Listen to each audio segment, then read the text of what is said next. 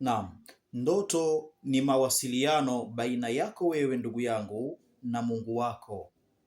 Ndoto ni mawasiliano baina yako wewe na Mola wako. Kwa hivyo kama itatokezea umeota unakimbizwa, narudia, kama itatokezea umeota unakimbizwa, basi ndugu yangu, na kuomba ndugu yangu, kimbia kweli.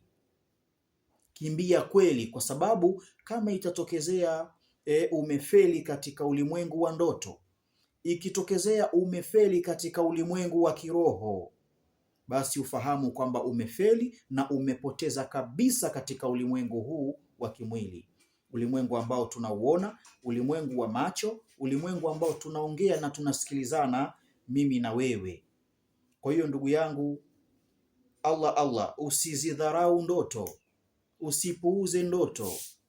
Kama utakuwa una maswali yoyote, kama utakuwa unahitaji ushauri wowote kuhusiana na masuala ya ndoto, kuhusiana na masuala ya kiroho na masuala mengineyo ya kitiba, basi usisite kutucomment hapo katika comment. Lakini vile vile kwa mawasiliano utatupata kwa namba zifuatazo: 0620 240 161, vile vile 0785 85 81 16.